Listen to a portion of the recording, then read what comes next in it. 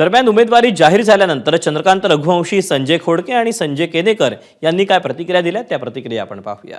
खरं आहे, साहेबांनी नंदुरबारच्या आमशा पाडवी यांच्या विधानसभेच्या प्रचाराच्या सभेत सांगितलं होतं की आमशादादा पाडवी यांना निवडून आणा, रघुवंशी तुम्हाला आमदार करेल आणि त्याप्रमाणेच माझ्या जिल्ह्याच्या जनतेला साहेबांनी दिलेलं वचन आज पूर्ण होतं आहे।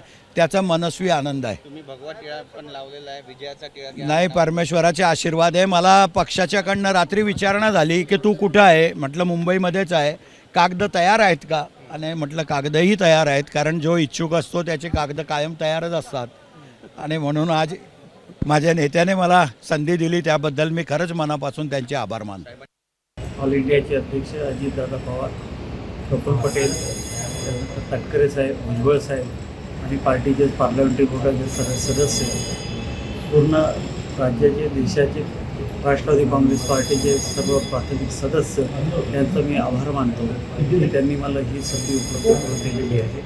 आणि या सभेचं मी पार्टीसाठी आणि सामान्य जनतेसाठी जे काही विधान परिषदेमध्ये माझ्या अनुभवाप्रमाणे करता येईल ते सर्व करण्याचा यशस्वी प्रयत्न करतो। आज उमेदवारी अर्ज करताना प्राधान्याने माननीय देवेंद्रजी आमचे मुख्यमंत्री यांचं मी खूप खूप आभार व्यक्त करतो। माननीय बावनकुळेजी, माननीय चव्हाणजी, तसेच वरचे सर्व केंद्रीय आमचे जयप्रकाशजी नड्डाजी, तसेच अमित शहाजी, सर्वांचं आणि या देशाचे पंतप्रधान यांनी या छोट्याशा कार्यकर्त्याला, छोट्याशा समाजातल्या कार्यकर्त्याला जी आज संधी दिली, जी जबाबदारी दिली, ती खऱ्या अर्थानं आज आनंददायी। ही माझ्यापेक्षा हे श्रेय मला माझ्या कार्यकर्त्यांना द्यायचंय।